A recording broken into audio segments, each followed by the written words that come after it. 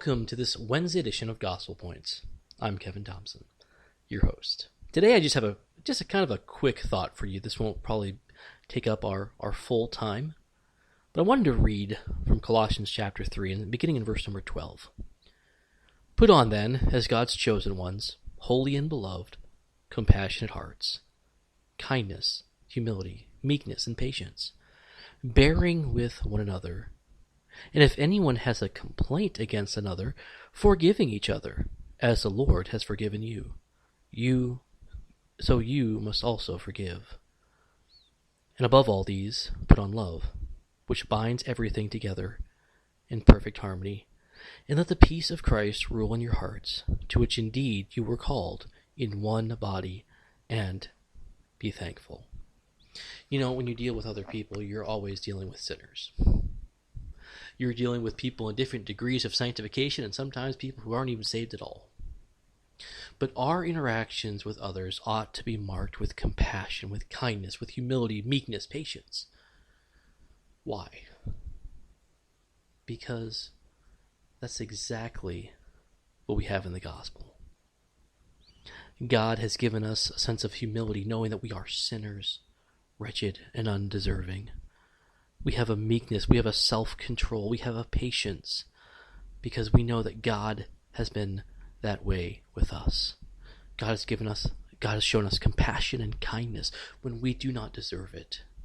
Therefore, we can give that and bestow that upon others who are equally as unworthy to receive it as we are.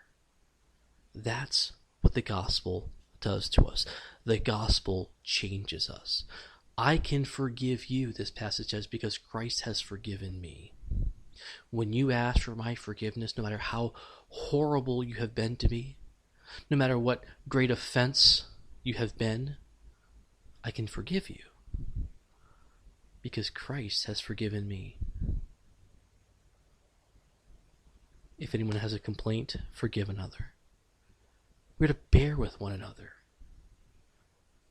It reminds me of the passage in Peter where God says he is long-suffering to us, not willing that any should perish, but that all should come to repentance. He is long-suffering. We are to be that same way with others. Why? Because again, the gospel changes us. If we recognize the power of our own sin, the weight of that guilt, we are to be just like the parable that Jesus told of the man who was forgiven of a great debt. But what was his problem? He couldn't forgive others. Instead, we are to be like Christ. And we are to forgive. But too often, we're just like that man in the parable. We don't remember our own debt and the weight that was upon us because of that. Colossians chapter 2 talks about that weight that's been lifted from us by the gospel. Verse number 13 of chapter 2.